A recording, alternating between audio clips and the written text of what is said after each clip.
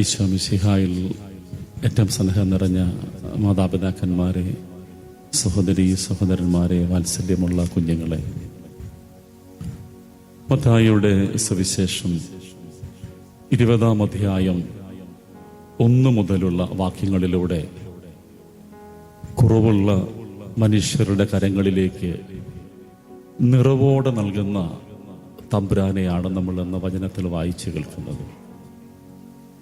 ഈ സുവിശേഷ ഭാഗത്തിന്റെ പശ്ചാത്തലം രക്ഷയുടെ അവകാശികളെന്ന് സ്വയം കരുതുന്ന യഹൂദർക്ക് നൽകുന്ന ഒരു തിരുത്തലാണ്.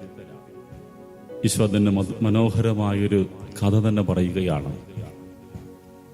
ഒരാൾ തന്റെ മുന്തിരിത്തോട്ടത്തിലേക്ക് ജോലിക്കാരെ തേടി അതിരാവിലെ പുറപ്പെടുകയാണ്. അയാൾ ചന്തസ്ഥലത്ത് വെച്ച് ആളുകളെ കാണുന്നു.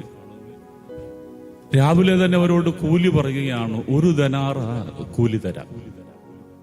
ആ കാലഘട്ടത്തിൽ ഒരാൾക്ക് ലഭിക്കാവുന്ന ഏറ്റവും വലിയ വേതനമാണ്. അവർ സന്തോഷത്തോടുകൂടെ തന്നെയാണ് ആ ദിവസം ജോലിക്കായിട്ട് പോകുന്നത്. വലിയ കൂലി കിട്ടിയത് കൊണ്ട് തന്നെ അവര് ആ ദിവസം നന്നായിട്ട് അധ്വാനിച്ചിട്ടുണ്ടാകും. എന്നാൽ യജമാനന് പിന്നെയും ആളുകളെ വേണം. അദ്ദേഹം ആ ദിവസത്തിന്റെ ഓരോ മണിക്കൂറിലും ആളുകളെ തേടിയെത്തുകയാണ്. അവസാനം 1 മണിക്കൂർ മാത്രം പകൽ ജോലിയുള്ളപ്പോഴും അദ്ദേഹം തേടി വരികയാണ്. ചോദിക്കുന്ന ഒരു ചോദ്യമുണ്ട്, നിങ്ങൾ എന്തേ ജോലിക്ക് പോയില്ല?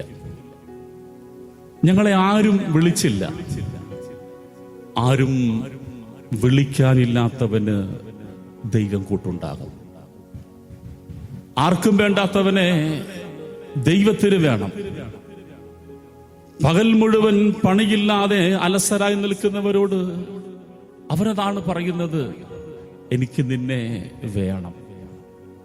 ജീവിതത്തിൽ നമ്മളൊക്കെ ഇങ്ങനെ ഓർത്തിരുന്ന് നമ്മളോട് തന്നെ പറയേണ്ട ഒരു വാക്കാണത്.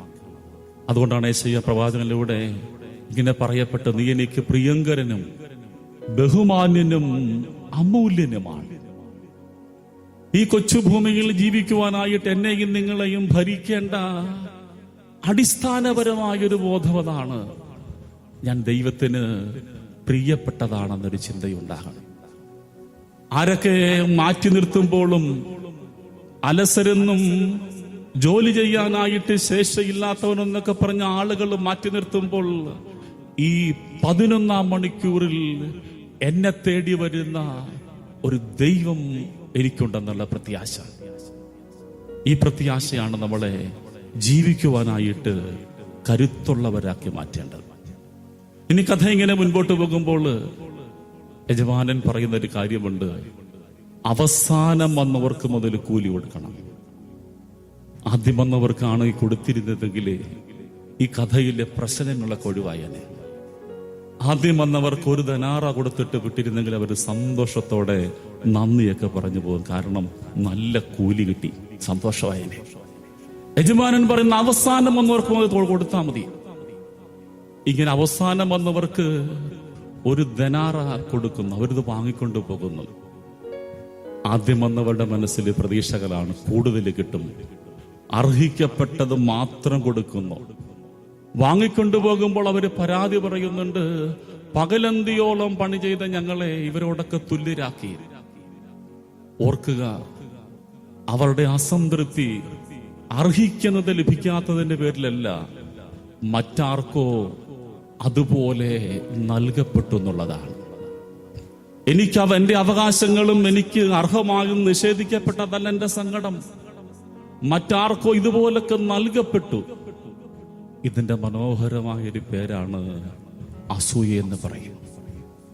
എനിക്കുള്ളത് അതുപോലെ നൽകപ്പെടുമ്പോൾ നമ്മളൊക്കെ വല്ലാത്ത അസൂയയുടെ മനുഷ്യരായിട്ട് മാറുകയാണ്. ഏദനിൽ കായനോട് ദൈവം പറയുന്നൊരു കാര്യമുണ്ട്, നീ എന്തിന് കോപിച്ചിരിക്കുന്നതിന്റെ മുഖം എന്തിന് വാടിയിരിക്കുന്നു? ഉചിതമായത് പ്രവർത്തിക്കുന്നില്ലെങ്കിൽ പാപം നിന്റെ മേലേക്ക് കടന്നു വരും. ഒരാൾക്കുള്ളിൽ അസൂയയുടെ വിത്തുകളൊക്കെ ആരംഭിക്കുന്ന ഇങ്ങനെയാണ്, മറ്റാരെയൊക്കെയോ അനുഗ്രഹീതരായിട്ട് കാണുമ്പോൾ നമ്മുടെ ഉള്ളിൽ അസൂയയുടെ ഭാവങ്ങൾ നിറയുന്നുണ്ട്. മാറ്റാനായിട്ട് ഒരൊറ്റ വിചാരം നമ്മളെയൊക്കെ ഭരിച്ചാൽ മതി. എന്റെ ദൈവം തരാൻ കഴിവുള്ളവനും സമ്പന്നനുമാണെന്നൊരു ബോധ്യം എനിക്കുണ്ടാകണം. മറ്റൊരാൾക്ക് കൊടുത്തത് എനിക്ക് ആവശ്യമുള്ളപ്പോൾ കൃത്യമായ ഇടങ്ങളിൽ കൃത്യമായ സമയങ്ങളിൽ തരാൻ കഴിയുന്നൊരു ദൈവമാണ് എനിക്കുള്ളതെന്ന് ബോധമുണ്ടാകുമ്പോൾ നമ്മളൊക്കെ പിന്നെ അസൂയയില്ലാത്ത മനുഷ്യരാകണം. കാരണം ദൈവത്തിന്റെ സമ്പന്നത. അതുകൊണ്ടാണ് നമ്മളിങ്ങനെ പ്രവാചക ഗ്രന്ഥങ്ങൾ വായിക്കും. ഹബക്കൂക്ക് പ്രവാചകന്റെ പുസ്തകത്തിന്റെ 3-ാം അധ്യായത്തിലെ 17-ാം വാക്യത്തില് അത്തിവൃക്ഷം പൂത്തില്ലെങ്കിലും എന്നൊക്കെ പറഞ്ഞിട്ട് അവസാനം പ്രവാചകൻ 18-ാം വാക്യത്തിൽ പറയും, കാരണം കർത്താവാണ് എന്റെ ബലം.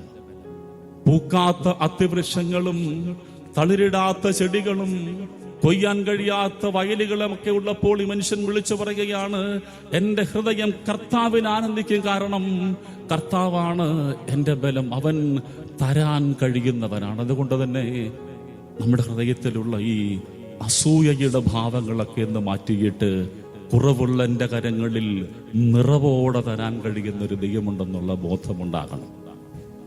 ഈ കഴിഞ്ഞ വെള്ളിയാഴ്ച നമ്മുടെ പള്ളിയിൽ ഒരു സംസ്കാര ശുശ്രൂഷ നടന്നു. നമ്മളധികം പേര് അറിഞ്ഞില്ല. അദ്ദേഹം പായിപ്പാട്ടുള്ള പൊതുജീവനം എന്നുള്ള ആ സ്ഥാപനത്തിലെ അന്തേവാസിയായിരുന്നു. അറിയപ്പെടാതെ കടന്നുപോയ ഒരാൾ. സംസ്കാര ശുശ്രൂഷയിലും വളരെ കുറച്ചു പേരൊക്കെ ഉണ്ടായിരുന്നു. ആ സംസ്കാര ശുശ്രൂഷയ്ക്കിടയിൽ അവിടുത്തെ ഡയറക്ടർ അച്ഛൻ പ്രസംഗം പറഞ്ഞു. ഞാൻ അദ്ദേഹത്തോട് ചോദിച്ച, ശുശ്രൂഷയ്ക്കിടയിൽ പ്രസംഗം പറഞ്ഞു. നമ്മുടെ എല്ലാ ശുശ്രൂഷയും പള്ളി വെച്ചാണ് നടത്തിയത്. അച്ഛൻ പറഞ്ഞ് 2 വാക്ക് പറയുന്നു എന്ന് പറയും.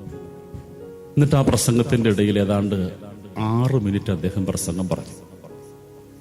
അതിന്റെ ഇടയിൽ മുഴുവനും അച്ഛൻ ആവർത്തിക്കുന്നൊരു വാക്കുണ്ട്, ഈ മനുഷ്യൻ സംതൃപ്തിയോടെ ജീവിച്ചു. ഞാൻ അദ്ദേഹത്തെ വളരെ ശ്രദ്ധയോടെ കേൾക്കുകയാണ്. കാരണം ഒരു സ്ഥാപനത്തിൽ, പൊതുജീവൻ സ്ഥാപനത്തിൽ ആരായും നോക്കാനില്ലാത്തവരിടത്ത് ആരൊക്കെയോ ഇങ്ങനെ ശുശ്രൂഷിക്കപ്പെട്ട ഒരാൾ സംതൃപ്തിയോടെ ജീവിച്ചു.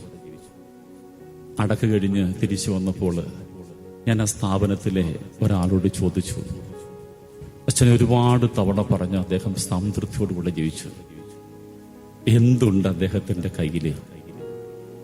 അദ്ദേഹം പറഞ്ഞൊരു മറുപടിയുണ്ട്, 2 കൈലിയും 1 ടീഷർട്ടും 1 മുഷിഞ്ഞ ഷർട്ടും 1 വെള്ളമുണ്ടുമുണ്ട്. ഈ ഭൂമിയിൽ ജീവിച്ച് കടന്നുപോയ ഒരാളുടെ സമ്പാദ്യം അതാണ്. അയാളുടെ മരണ ശുശ്രൂഷയിൽ ഒരു പുരോഹിതൻ ആവർത്തിച്ച് വിളിച്ചു പറയുന്നു, അയാൾ സംതൃപ്തനായിരുന്നു, സംതൃപ്തിയോടുകൂടെ ജീവിച്ചു. നമ്മുടെയൊക്കെ കൈകളും ബാങ്ക് അക്കൗണ്ടും ഒക്കെ നിറഞ്ഞു നിൽക്കുമ്പോൾ നമ്മളൊക്കെ സംതൃപ്തരാണ്. വല്ലാത്തൊരു അസംതൃപ്തി നമ്മളെയൊക്കെ ഭരിക്കുകയാണ്. പിടിച്ചടക്കിയിട്ടും കുറഞ്ഞു പോയതിന്റെ സങ്കടങ്ങളൊക്കെ നമ്മളെ അലട്ടുമ്പോൾ നമുക്കിന്ന് ബലിയർപ്പിക്കുമ്പോൾ ഈ കഥയോട് ചേർന്ന് നിന്ന്, ഈ മുന്തിരിത്തോട്ടത്തിന്റെ വേലക്കാരോടൊന്ന് ചേർന്ന് നിന്ന് 2 കാര്യങ്ങൾ ഓർക്കാം. 1, ഞാൻ ദൈവത്തിന് പ്രിയപ്പെട്ടതാണ്. 2, കുറവുള്ള എൻ്റെ കരങ്ങളിൽ നിറവോടെ തരാൻ കഴിയുന്നവനാണ് എൻ്റെ ദൈവം. ആ ഒരു കൃപ, ആ ഒരു ബോധ്യമാകാൻ നമുക്ക് ബലിയിൽ പ്രാർത്ഥിക്കാം. ദൈവം നമ്മെ ധാരാളമായി അനുഗ്രഹിക്കട്ടെ.